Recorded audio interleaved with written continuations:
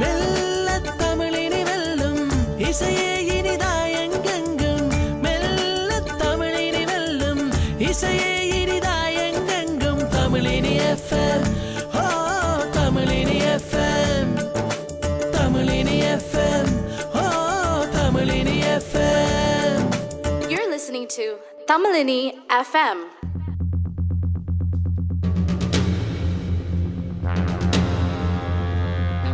FM அலைவரிசையூடாக தமிழ் இனியின் காற்று வழியோடு இணைந்திருக்கின்றோம். தமிழ் மரபுரிமை திங்கள் கனடாவில் பல்வேறு அமைப்புகளால் பல்வேறு வகைகளில் நிகழ்வுகளாக நடத்தப்பட்டுக் கொண்டிருக்கின்றன. அந்த வகையிலே நாடு கடந்த தமிழீழ அரசாங்கமும் இம்முறை தமிழ் மரபுரிமை திங்களில் வித்தியாசமான ஒரு முயற்சியினை முன்னெடுப்பதாக கடந்த வார காற்று வெளியின் போது நீதன் ஷான் அவர்களால் கருத்து வெளியிடப்பட்டது. அதன் தொடர்ச்சியாக இன்றைய தினம் நாங்கள் அவர்களின் முக்கிய ஒருவரை சந்திக்கின்றோம். அமைச்சர் நிமால் விநாயகமூர்த்தி. வணக்கம் நிமால். வணக்கம். உங்களுடைய வருகைக்கு நன்றி. முதலில் நாடு கடந்த தமிழீழ அரசாங்கமும் இம்முறை தமிழ் மரபுரிமை திங்களில் முக்கியமான ஒரு பங்கினை வகிப்பதற்கு தீர்மானித்திருப்பது வரவேற்பிற்குரியது. என்ன மாதிரியான செயல்பாடுகளை நாடு கடந்த தமிழீழ அரசாங்கம் இம்முறை மரபுரிமை திங்கள் சார்ந்து எடுக்கப் போகிறது? மீண்டும் வணக்கம் ரமணன். வணக்கம் நேயர்களே. நீங்கள் குறிப்பிட்டது போல இந்த மாத இறுதி வாரத்தில் நாடு கடந்த அரசாங்கம் இந்த மரபுரிமை மாதம் மரபுரிமை திங்கள் சார்ந்து ஒரு நிகழ்வுண்ட ஏற்பாடு செய்து கொண்டிருக்கிறது. அது ஒரு 2 கட்ட நிகழ்வாக முதலில் ஒரு கருத்தரங்கம், அறிவியல் லெவல் ஒரு கருத்தரங்கம். தலைப்பு தமிழர் முக்கியமாக 5 தடவை புலப்பெயர்வு நடந்திருக்குது. முக்கியமான தமிழர் என்று சொல்லிக்கல, பொதுவாக தமிழர்கள் ஈழத்தமிழர்கள் மட்டுமல்ல தமிழர்கள். அப்போ அதில் 5 தமிழறிஞர்களை வச்சு அந்த 5 விதமான புலப்பெயர்வு பற்றிய ஒரு விளக்க உரையும் ஒரு ஆய்வுண்டு. அதில் இக்கால புலப்பெயர்வு தான் முக்கியம் பெறும். ஏனென்றால் அது இந்த காலகட்டத்தில் இருக்கிறபடியால், இப்போ சூழலில் இருக்கிறபடியால் முக்கியத்துவம் பெறும் என்று நம்புகிறேன். அந்த புலப்பெயர்வு தான் ஒரு காரணம். நாங்கள் இன்றைய கனடாவில் இருந்து தமிழர் மரபுரிமை திங்களை பற்றி பேசுவதற்கும், அதே நேரத்தில் இந்த மரபுரிமை மாதமானது நாங்கள் தமிழர் பாரம்பரியங்களை எடுத்து நாங்கள் திரும்பவும் திரும்ப எங்களுக்கு நாங்களும் இங்கே இன்னொரு சமூகத்தில் வாழறோம். முழுமையாக வெளியில் போய்க்கல தமிழை மறந்துன்னு சொல்லி எங்களுடைய அடிப்படையை மறந்து நடக்கிற நேரத்தில் அதை தை மாதத்தில் நாங்கள் முழுமையாக தமிழர் சார்ந்த செயல்பாடுகளை செய்கிறதூடாக எங்களோட தமிழ் நிலைச்சு வாழும் என்ற அடிப்படையில் தமிழர் இசையும் வாழ்வியலும் இதை கவிஞர் அண்ணாவியர் இறந்தவனாக தான் அதை செய்ய போகிற தலைமை தாங்கி தமிழரின் இசை சார்ந்த ஒரு அறிவியலோடு அதை லைஃபாக அந்த பெர்ஃபார்மன்ஸையும் செய்து கொண்டுன்ற மாதிரி ஒரு பங்கு. அப்போ இது இப்போ தமிழர்களில் பார்த்தீங்கன்னா இசையை பொறுத்தவரையில் பிறப்பிலிருந்து இறப்பு மட்டும் ஒப்பாரியிலிருந்து மன்னிக்க தாலாட்டிலிருந்து ஒப்பாரி மட்டும் இசை இருக்குது. அப்போ வேறுபட்ட இசைகளை விளக்கத்துடன் இந்த தமிழர் மரபுரிமை மாதமே அடிப்படையாக கொண்டு முதல்ல நீதனுக்கு நன்றி சொல்லணும். நீதனம் அவர் சார்ந்தவர்கள் இதை இங்கே ஆரம்பித்து 7 வருடங்களுக்கு முதல்ல இதை ஆரம்பித்து தொடர்ச்சியாக செய்து கொண்டு வருகிறார்கள். அதே நேரத்தில் லங்கதாசும் ஒரு ஆர்டிக்கல் ஒன்று நான் ஈக்குருவியில் பார்க்க சந்தர்ப்பம் கிடைச்சது. அதில் ஒரு ஆதங்கப்பட்டிருந்தார். உண்மையில் தமிழர் பாரம்பரியத்தோடு போகுதா இல்லை இது ஒரு நிகழ்வாக போகுதா, ஒரு நெட்வொர்க்கிங் சொல்லப்போனால் இப்போ கூடுதலான நிகழ்வுகள் ஒரு நெட்வொர்க்கிங் ஈவெண்ட் மாதிரி எங்களுடைய அடுத்த ஜெனரேஷன் பங்கு பெற்றாத நிகழ்வாக போய் கொண்டிருக்குதான்ற ஒரு ஆதங்கத்தையும் செய்திருந்தார். அதிலும் நியாயம் இருக்குது. ஆனால் அதே நேரத்தில் இது ஆரம்பிக்கப்பட்டிருக்குது. அதை அப்படியான நிகழ்வாக ஆதங்கப்படுற ஒரு நிகழ்வாக போகாமல் அதை தமிழ் சார்ந்து தமிழ் பாரம்பரியம் தமிழர்களுக்கு உணவு பழக்கங்கள் கூட தமிழர் சார்ந்து பாரம்பரியங்கள் சார்ந்து கூடுதலாக தமிழர்கள் ஒரு மெடிடேஷன் டைப்பான உணவுகளோட, அதாவது நோய்களுக்கு எதிரான உணவுகள், எதிர்க்கக்கூடிய உணவுகள் சார்ந்த பழக்கங்கள் இருக்குது. அப்படியான விடயங்கள் கூட வெளிவர வேணும். தமிழர் அந்த மொழி சார்ந்த விஷயங்கள் கூடுதலாக வெளிவர வேணும். இசை சார்ந்த விஷயங்கள் வெளிவர வேணும். பாரம்பரியங்கள் தமிழற்ற வரலாறுகள் இப்போ 5 தடவை புலம்பெயர்ந்திருக்கிறேன்னா அதுகள் அடுத்த ஜெனரேஷனுக்கு தெரியப்பட வேணும். அப்போ அந்த வகையில் நாங்கள் அதை கொண்டு போகணுமென்றது நாடு கடந்த அரசாங்கம். இந்த நாடு கடந்த அரசாங்கம் உருவாக்கத்திலும் பார்த்திங்கன்னா 2 பாக்கம். ஒன்று ஈழத்தமிழருக்கு ஒரு விடுதலையை அடைகிறதோட வந்து புலம்பெயர் தமிழர் வந்து தொடர்ச்சியாக ஒரு இனக்குழுமமாக இருக்க வேணுமென்றதிலும் ஒரு முக்கியமான ஒரு பாட்டு தான் அந்த டிரான்ஸ்லேஷன் தமிழ்ன்ற இந்த கன்செப்டே வந்து தொடர்ச்சியாக வந்து இருக்க வேணும். அப்போ அந்த அடிப்படையில் நாங்கள் தமிழ் முன்னிட்டு லங்கதாஸ் அந்த ஆர்டிக்கல் எழுதின மாதிரி அதை அந்த அடிப்படையில் நிச்சயமாக நாங்கள் அதை கொண்டு வருவோன்ற போக்கில் தான் நாங்கள் இதை இப்போ ஆரம்பிக்கிறோம். இந்த அடிப்படையில் வந்து இப்போ டிசம்பர் மாதம் நடந்த நாடுகடந்த அரசாங்கத்தின் அமர்விலும் நாங்கள் ஒரு ரெசல்யூஷன் பாஸ் பண்ணியிருக்கிறோம். உலகளாவிய தமிழர் மரபுரிமை மாதமாக அதை பிரகடனப்படுத்தி நிச்சயமாக அதுக்குரிய செயற்பாடுகளை முன்னெடுத்து கொண்டு போவோம். இந்த ஆய்வுகளுக்கு அப்பால் இந்த ஆய்வுகள் அல்லது இது போன்ற கலந்துரையாடல்களில் பேசப்படுகின்ற விடயங்கள் ஆவணப்படுத்தப்படுவதற்கும் அது பலரை சென்றடைவதற்குமான பொறிமுறை ஏதாவது இருக்கிறதா? இதை மார்க்கெட் பண்ணுவதற்காக நீங்கள் சொன்ன மாதிரி வந்து இப்போ தான் அதை நாங்கள் ஓரளவுக்கு முன்னெடுத்திருக்கிறோம். நிச்சயமாக உங்களோட கருத்துக்களையும் பெறவேற்று உங்களோட அறிவுகளையும் எடுத்து பலரை முன்வாங்கி இதுகளை நாங்கள் தொடர்ச்சியாக ஒரு ஆவணப்படுத்தி நிறைய செய்கிற ஒரு அடிப்படை வேலை திட்டங்களை நாங்கள் ஆரம்பித்து கொண்டு இதற்கு மிக முக்கியமான காரணம் இந்த தமிழியல் ஆய்வு தொடர்பாக பல முக்கியமான நிகழ்வுகள் கனடாவில் குறிப்பாக டொரண்டோவில் நடைபெறுகிறது. மிக முக்கியமான நல்ல ஆய்வுகள் எல்லாம் சமர்ப்பிக்கப்படுகின்றன, நல்ல ஆய்வுக் கட்டுரைகள் எல்லாம் பகிரப்படுகின்றன. ஆனால் அது ஒரு குறுகிய வட்டத்தோடு மட்டும் நின்று விடுகிறது. தமிழர் வாழ்வியல் சார்ந்து, தமிழ் மொழி சார்ந்து, தமிழர்களுடைய பாரம்பரிய உணவு பழக்க வழக்கங்கள் சார்ந்தெல்லாம் நிறைய ஆராய்ச்சிகள், நிறைய கட்டுரைகள், நிறைய ஆய்வுகள் எல்லாம் நடத்தப்பட்டிருக்கின்றன. ஆனால் அவை எல்லோருக்கும் பகிரப்பட்டிருக்கிறதா என்ற கேள்விதான் இருக்கிறது. ஆகவே இது எல்லோருக்கும் பரவலாக்கப்பட வேண்டும். அடுத்து வருகின்ற தலைமுறை அல்லது எளிய சமூகமும் அதை வாசிக்கின்ற அளவிற்கு அது பரவலான கவனிப்பை பெறுவதற்கான ஏற்பாடுகள் மேற்கொள்ளப்பட வேண்டும் என்பதுதான் எங்களுடைய ஆதங்கம். நிச்சயமாக வந்து நாடுகடந்த அரசாங்கம் ஒரு ப்ரொஜெக்ட் தொடங்கி இருக்குது. ஆவண காப்பகம் ஒன்று தொடங்கி சென்ட்ரலைஸ் பண்ணி இன்ஃபர்மேஷனுக்கு எதை பண்ணி இன்னும் அதை பெரிய லெவலில் இப்போ தான் ஒரு பிரைன் ஸ்ட்ராமிங் லெவலில் வந்திருக்குது. அப்போ அந்த இதுக்குள்ள நீங்கள் சொன்ன மாதிரிகளை கொண்டு வந்து இது ஒரு அவைலபிள் ஆக்கி அடுத்த ஜெனரேஷன் அதை எடுக்கக்கூடிய மாதிரியான விஷயங்களை நிறையவே கட்டாயம் செய்யணும்.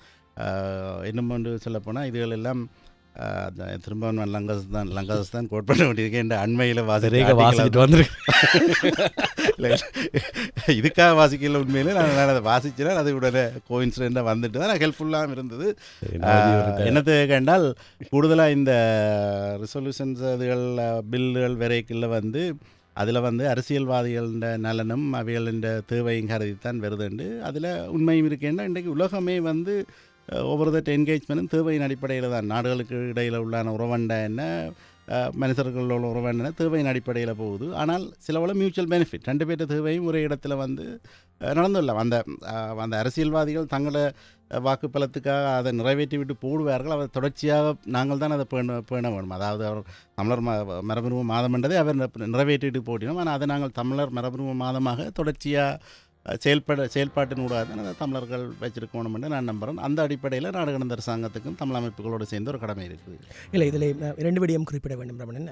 கட்டுரையை பற்றி பேசியபடியால் அந்த கட்டுரை எழுதப்பட்டதன் காரணமே அதுதான். அந்த கட்டுரை எழுதப்பட்ட பிறகு இந்த வருடம் தமிழர் தைமரபு திங்களுடைய 1வது நிகழ்விலே சென்றிருந்தேன். நாடுகடந்த தமிழ் அரசாங்கம் எடுத்துக்கொள்கின்ற இவ்வாறான முயற்சிகள் வர வேண்டும் என்ற ஆதங்கம் தான் அந்த கட்டுரை. அது சரியான முறையிலே வந்ததென்றால் அந்த ஆதங்கம் நீர்த்தி செய்யப்பட்டு விட்டது என்று நானே இன்னும் ஒரு கட்டுரையும் எழுதுவேன். அதில் எனக்கு எந்த விதமான கவலையும் இல்லை. நீங்கள் சொன்ன அந்த மற்ற விடயமும் ஏற்றுக்கொள்கிறேன். அது அந்த இது கிவ் அண்ட் டேக் பாலிசி தான். ஆனால் அதில் எனக்கு இருக்கிற முரண்பாடு என்னவென்றால், நாங்கள் நிறைய கிவ் பண்ணுகிறோமோ மாத்திரம் என்ற ஒரு முரண்பாடு ஒன்று இருக்கிறது. கொஞ்சம் டேக் பண்ணி அதை கொஞ்சம் வைத்தும் இருந்தோம் என்றால் அதற்கான இது இது இது நீண்ட காலமான ஒரு செயற்பாடு. கட்டுரைகள் எழுதப்படுவதற்கும் வானொலி நிகழ்ச்சிகளிலே விமர்சிக்கப்படுவதற்கும் காரணம் இருக்கிறது. இது நீங்கள் அதை குறிப்பிட்டபடியால் இதை நேரடியாகவே சொல்லிவிடலாம். ஓரளவிற்கு இது ரமணனுக்காகவும் நான் இதை பேசலாம். சொல்லப்படுகின்ற ஒரு காரணம் இருக்கிறது என்னவென்றால் வந்து யாரும் அதை சொல்லவில்லை என்று ஒருத்தரும் சொல்லக்கூடாது. நாங்கள் சொல்லியிருக்கிறோம் இவ்வாறு செய்ய வேண்டும், அல்லாவிடில் இவ்வாறு செய்வது சரியாக இருக்கும், இதை மேலும் செய்யுங்கள் என்று சொல்லியண்டு நீங்கள் சொல்கின்ற அந்த கருத்தியல் மாநாடோ அல்லாவிடில் ரமணன் சொன்னது போல இங்கே வருகின்ற ஆய்வுக் கட்டுரைகள், அது பல்வேறு பத்திரிகைகள் கூட ரமணன் ஆய்வுக் கட்டுரைகள் வருகிறது. எனக்கு ஞாபகம் இருக்கிறது, சில காலத்துக்கு முன்னர் கனடாவில் இருந்து வெளியாகின்ற தாய்வீடு பத்திரிகையிலே பொன்னியா விவேகானந்தன் அவர்கள் தமிழர்களுடைய உணவு பெறமுறை முறை குறித்த ஒரு முழுமையான கட்டுரை ஒன்று, நான் நினைக்கிறேன் ஒரு 3 பக்க கட்டுரை ஒன்று எழுதியிருந்தார். அதே போல அதே தாய்வீடு பத்திரிகையிலே தமிழர்களுடைய எழுத்துருவிகள் பற்றி, தமிழர்களுடைய எழுத்துக்கள் எவ்வாறு ஆரம்பமானன, கணினி மூலமாக உபயோகிக்கப்படுகிறது என்ற கட்டுரை. ஆனால் அது ஒரு குறுகிய கட்டத்துக்குள்ளேயே இருக்கிறது. இந்த தமிழ் மரபுரிமை மாதம் போன்ற காலங்களிலே அவற்றை ஆவணப்படுத்துவதற்கும் நீண்ட கால சமூகத்திற்கு அதை கொண்டு செல்வதற்குமான ஒரு கட்டமைப்பு ஒன்று அங்கே இருக்க வேண்டும், உருவாக்கப்பட வேண்டும் என்பதுதான் எங்களுடைய மிக முக்கியமான ஒரு விடயம். இது போன்று தமிழில் எழுதப்படுகின்ற கட்டுரைகள் ஆங்கிலத்தில் மொழிமாற்றம் செய்யப்பட வேண்டியது மிக மிக முக்கியமாக இருக்கிறது. அது கொஞ்சம் செலவானது ஒன்றும், மற்றது அதற்கான சரியான ரிசோர்ஸஸும் இங்கே மிக குறைவாக இருக்கும். தமிழையும் ஆங்கிலத்தையும் சரிவிகிதத்திலே கொண்டிருக்கக்கூடிய ஆளுமைகள் மிக குறைவு. இருந்த ஆளுமைகளையும் நாங்கள் கொஞ்சம் கொஞ்சமாக இழந்து கொண்டிருக்கிறோம். கனடிய தமிழ் சூழல் என்பது குறிப்பாக செல்வா கனகராயம் அவர்கள் பேராசிரியர் மிகச்சிறந்த ஒரு சரியான ஆளுமை. அவரிடமிருந்து நிறைய விஷயங்களை தமிழ் சமூகம் எதிர்பார்த்திருந்த வேளையில் அவருடைய மரணம் இடம்பெற்றிருப்பது ஒரு துர்ப்பாக்கியமான நிகழ்வு. அதுபோன்று இருக்கக்கூடியவர்களை நாங்கள் சரிவர பயன்படுத்த வேண்டும். அவ்வாறு இல்லாத பட்சத்தில் தாயகத்தில் அல்லது இந்தியாவில் இருந்து கூட இதற்கான உதவிகளை நாங்கள் பெற்றுக்கொண்டு அதை சரியான முறையில் ஆங்கிலமயப்படுத்தினால்தான் அடுத்த தலைமுறை அதை வாசிக்கும். நிச்சயம் லங்கதாஸ் சொன்னது போல பொன்னைய விவேகானந்தன் தாய் வீடு பத்திரிகைகள் எழுதிய கட்டுரை நானும் படித்திருக்கிறேன். மிக மிக முக்கியமான பல விடயங்களை கொண்ட கட்டுரை. ஆனால் அதை இங்கே பிறந்து வளர்கின்ற ஒரு குழந்தை தாய் வீடு பத்திரிகை எடுத்து வாசிக்குமா என்கின்ற ஒரு பிரச்சனை இருக்கிறது. ஆகவே அது எங்களுக்கு அது புதிய விடயமாக இருக்கின்ற பொழுது அந்த குழந்தைகளுக்கும் அது மிக புதிய ஒரு விடயமாக இருக்கும். ஆகவே அவர்களுக்கு தெரிந்த மொழியிலே அது மொழிமாற்றப்பட வேண்டும். அது முதல் கட்டம். அதற்கு பின்னாலும் நிறைய விஷயங்கள் இருக்கிறது. சொல்லுங்கள் லிமார். நிச்சயமாக வந்து நான் லங்கதாஸ் வந்து நான் குறையாக சொல்லவில்லை. நான் இல்லை அதை நான் அது ஒரு முக்கியமான விஷயமாகவும் அவர் செய்த பதிவையும் வந்து வரவேற்று தான் நான் சொல்கிறேன். நாங்கள் அது தேவையான ஒரு அவர் பிள்ளையானது ஒன்றையுமே சொல்ல இல்லை. ஆனால் நாங்கள் அதுகள் வந்து ஹெல்ப்ஃபுல்லாக இருக்கும் செயற்பாட்டாளருக்கு கூட. ஏனென்றால் அந்த நாங்கள் தமிழர் மரபுரிமாதம் அந்த அடிப்படையில் பல செயற்பாடுகளை பல நிகழ்வுகளை செய்கிறோம். ஆனால் கூடுதலான இடத்துல வந்து அதிகம் சிறியோர் வந்து பங்கு பெற்றது சரியான குறைவு. அப்போ அவற்றை பங்கு இல்லாட்டில் அந்த பெரியோர் வந்து இணைஞ்சு கதைச்சிட்டு போயிடணும். அவையோடையே அது நின்றுடும். நாங்கள் அதை புலம்பெயர்ந்த தேசத்தில் வந்து எமது இனக்குழுமம் வந்து தமிழ் குழுமமாகவே கண்டினியூ பண்ணுவோம்னா இளையோர் இணைய வேணும். அவர்களுக்கு ஆர்வத்தை ஊட்டுற மாதிரியான செயல்களை கொண்டு வரணும். அவர்களை இணைக்கிறதுக்கு அதில் மிகவுமே எனக்கும் லங்கதாசன் மாதிரியான ஆதங்கமே இருக்கிறது. நாங்கள் அனைவரும் சேர்ந்து தான் அதை செய்ய வேணும். அதே மாதிரி அந்த ஒவ்வொரு விடயமும் வந்து ஒரு குறுகிய வட்டத்துக்குள்ளே தான் நிற்கிறதுன்றதும் அதுவும் ஒரு இதுதான் எங்கள் சமூகத்தை பொறுத்தவரையில். இன்றைக்கு எடுத்து பார்த்தோம்னா தமிழர் சார்ந்த நிறுவனங்களோட அமைப்புகளோ பொது அமைப்புகள் கூட ஒரு குறுகிய வட்டத்துக்குள்ளே தான் நிற்குது. அதே மாதிரி தான் இப்படியான பதிவுகளும் ஒரு குறுகிய வட்டத்துக்குள்ளே நிற்குது. ஆனால் அது ஒரு காலத்தால் வந்த ஒரு பபிள்ஸாக இருக்கலாம். பட் காலப்போக்கில் நான் நினைக்கிறேன் அது ஒரு பிறந்த அளவில் வெறுமென்ற ஒரு நம்பிக்கை நிச்சயமாக இருக்குது. அதேவேளையில் அடுத்த தலைமுறை தமிழ் மீதும் தமிழர்களுடைய மொழி மீதும் தமிழர்களுடைய கலாச்சாரம் மீதும் தமிழர்களுக்கு இருக்கக்கூடிய வரலாற்று ரீதியிலான பாரம்பரியங்கள் மீதும் கரிசனை கொண்டவர்களாக அல்லது அது தொடர்பில் பெருமையை அடைகின்ற சமூகமாக வளர்த்தெடுக்கப்பட வேண்டும் என்கின்ற ஆதங்கமும் எங்களுக்கு இருக்கிறது. குறிப்பாக புலம்பெயர்ந்த சூழலில் பல லட்சக்கணக்கான புலம்பெயர் தமிழர்கள் நீங்கள் சொன்னது போல நடைபெற்ற புலம்பெயர்வுகளில் தென்னமெரிக்க நாடுகளில் வந்தடைந்தவர்கள், மேற்கிந்திய தீவுகளை வந்தடைந்தவர்கள், தென்னாப்பிரிக்காவில் வந்தடைந்த தமிழர்கள் தமிழ் மொழியை தொலைத்து விட்டார்கள், தமிழ் கலாச்சாரத்தை இழந்து விட்டார்கள். இன்று ஒரு நிகழ்வில் கலந்து கொள்கின்ற பொழுது அடையாளத்தை தொலைத்து விட்ட ஒரு நிகழ்வு இருக்கிறது. நிர்மலா ஆம்ஸ்ட்ராங் இப்பொழுது நகரசபை உறுப்பினராக இருக்கின்றவர்.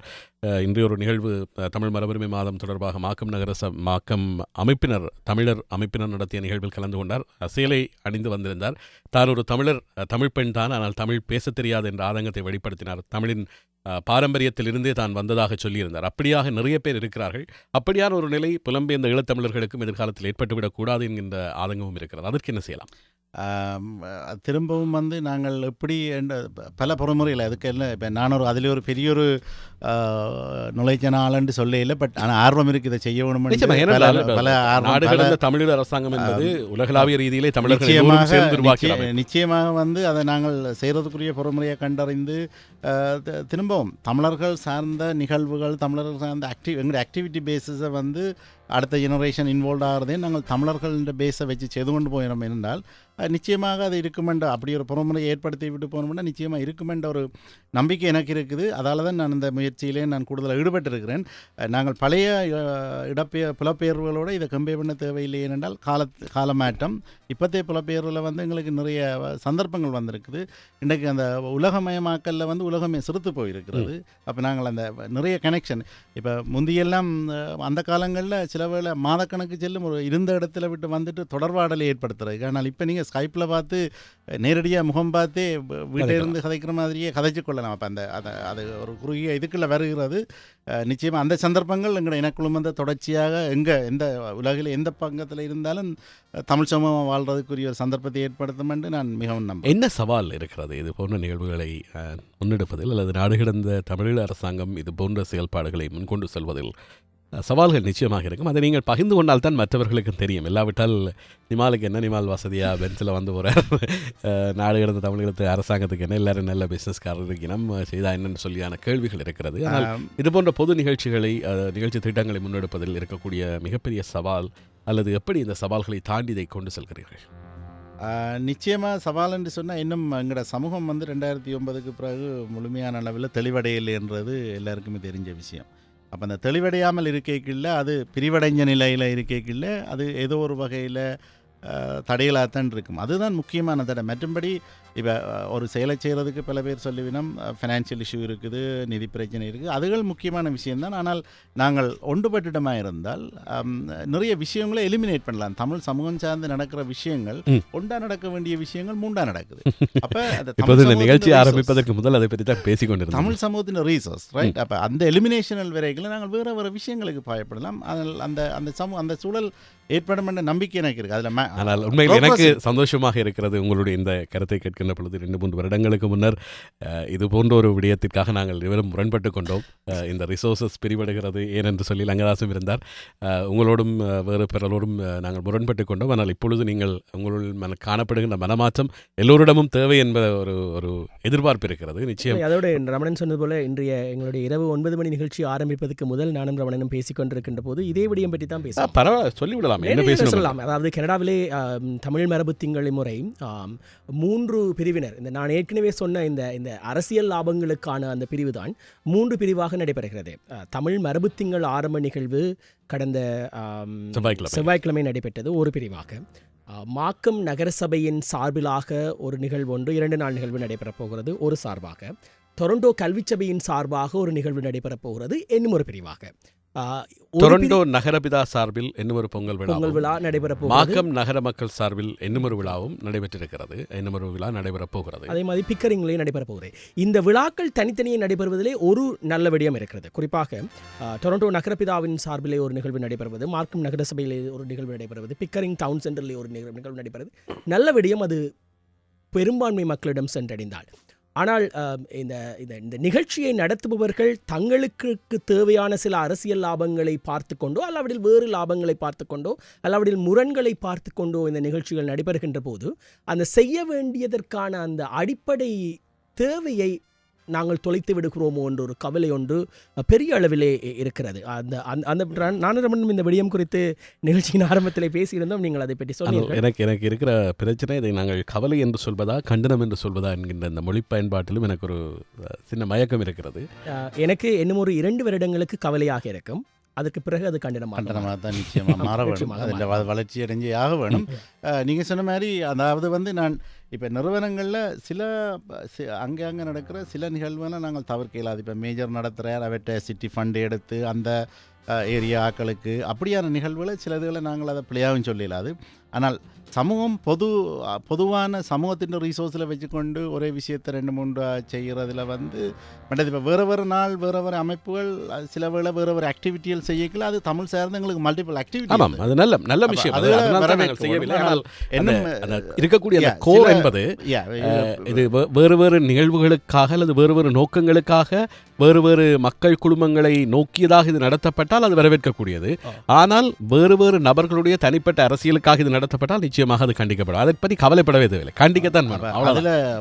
அதில் எவ்வளோ தூரம் நாங்கள் அந்த பொது ரீசோர்ஸ், அதாவது பொதுமக்களோட ரீசோர்ஸ் வேஸ்ட் ஆகக்கூடாதுல எனக்கு நிறைய உடன்பாடு இருக்குது. நாங்கள் அந்த இதில் நிச்சயமாக மாற்றம் அடைய வேணும். மற்றது நிகழ்வுகள் ஒரு தமிழ் நிகழ்வுன்ட்டு அங்கே முழுமையான அங்கே ஒரு இளம் சமுதாயம் வந்தால் அந்த இடத்துல வந்து தமிழற்ற பாரம்பரிய உடைகளை பார்க்க வேணுமென்றதில் எனக்கு காரணம் இருக்குது. தமிழற்ற உணவுகளை பார்க்க வேணுமென்று, தமிழற்ற பண்பாடுகளை அங்கே அறிஞ்சு போகணுமென அப்படியான இப்போ ஆங்கில மொழி பாவிக்கிறது தவிர்க்க முடியாது. சில வேளை ஆங்கில மொழியில் சில விஷயங்களை விளங்கப்படுத்தினா தான் அந்த சமுதாயத்துக்கு விளங்கலாம்.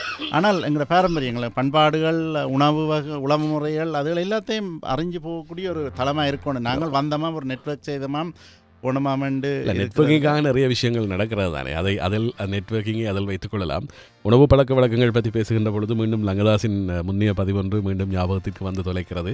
இப்பொழுதும் அதை பற்றி பேசிக் கொண்டிருக்கிறோம். பொங்கல் விழாவில் என்னென்ன படைக்கலாம், என்னென்ன படைக்கக்கூடாது என்ற கேள்வி இருக்கிறது. நிச்சயமாக அதுவும் ஒரு மீள்பரிசீலனைக்கு உட்படுத்தப்பட வேண்டிய ஒன்றாகவே இருக்கிறது. தமிழர்களுடைய பாரம்பரியம் சார்ந்து வருகின்றவர்களுக்கு தமிழர்களுடைய பாரம்பரியத்தை வெளிப்படுத்துகின்ற அல்லது தமிழர்களுக்கு குறைந்தபட்சமாக தமிழர்களிடம் இப்படியான உணவு பழக்கங்கள் இருந்தன என்பதை எடுத்துக்காட்டுவதற்கான ஒரு ஏற்பாடாவது அங்கு இருக்க வேண்டும் என்ற எதிர்பார்ப்பு இருக்கிறது. மேசையிலே அது பரிமாறப்படாவிட்டாலும் இன்னென்ன உணவுகளை நாங்கள் உட்கொண்டோம், இன்னென்ன நன்மைகள் இதனால் கிடைத்தன, கேழ்வரகு கஞ்சி குடித்தோம், அதில் என்ன நன்மை இருந்தது என்ற விடயங்களையாவது பகிர்ந்து கொள்கின்ற ஒரு அரங்கம் அங்கு இருந்தால் நன்றாக இருக்குமே என்ற ஆதங்கத்தையும் காற்றுவெளி பதிவு செய்கிறது. நாடு கடந்த தமிழில் இந்த உங்களுடைய இந்த நிகழ்விலே இது தவிர நீங்கள் அந்த கருத்தரங்கு ஒன்று சொன்னீர்கள், அந்த இயலியல் சம்பந்தமான நிகழ்வு வேறு என்ன செய்வதாக உத்தேசம், என்ன காலப்பகுதியிலே செய்வதாக உத்தேசம், அது குறித்தும் இது இந்த மாதத்தின் இறுதி வாரத்தில் தான் இது நடக்க இருக்கிறது. இன்னும் எனக்கு பெர்ஃபெக்ட் அந்த குழுவினர் தான் அதை ஏற்பாடு செய்து கொண்டிருக்கிறார்கள். மற்றது இந்த வருடம் கனடாவை பொறுத்தவரையில் வேறு நிகழ்வுகள் செய்கிறதுக்குரிய வாய்ப்பு குறைவு. நடக்கிற நிகழ்வுகளில் நாங்கள் எல்லாம் போய் கலந்து கொள்கிறோம். அங்கே கலந்து அதாவது உங்களுடைய இந்த நிகழ்விலே இந்த கருத்தரங்கு இந்த இயல் குறித்த கனடா சாராமல் மற்ற நாடுகள்லையும் முடிஞ்ச அளவில் செய்கிறோம். யூகேலையும் ஒரு பொங்கல் நிகழ்வோடு சார்ந்த தமிழ் அறிஞர்கள் உரையாதுகள் எல்லாம் நடத்துகிறோம். கனடா பொறுத்தவரையில் இதுதான். தொடர்ந்து நாங்கள் இந்த நிகழ்வு நடைபெறுகின்ற பொழுது மீண்டும் உங்களோடு பேசுவோம். அந்த முழுமையான விவரங்கள் கிடைக்கப்பெற்ற பின்னர் அதே வேளையில் இந்த நிகழ்வு பற்றிய தகவல்களை தமிழர்களோடும் தமிழ் பேசுகின்ற சமூகத்தோடும் பகிர்ந்து கொள்வதற்கு தமிழினி காத்திருக்கிறது. அதற்கான வாய்ப்பினை வழங்குவதற்கு நாங்கள் தயாராக இருக்கிறோம். இந்த நேரத்தில் நேரடியாக இணைந்து கொண்டு நல்ல கருத்துக்களை மனம் விட்டு பேசியதற்காக நன்றிகளை தெரிவித்துக் கொள்கிறோம். நிமால், நன்றி தமிழினிக்கு இந்த தமிழை பற்றி பேச தந்த சந்தர்ப்பத்துக்கு.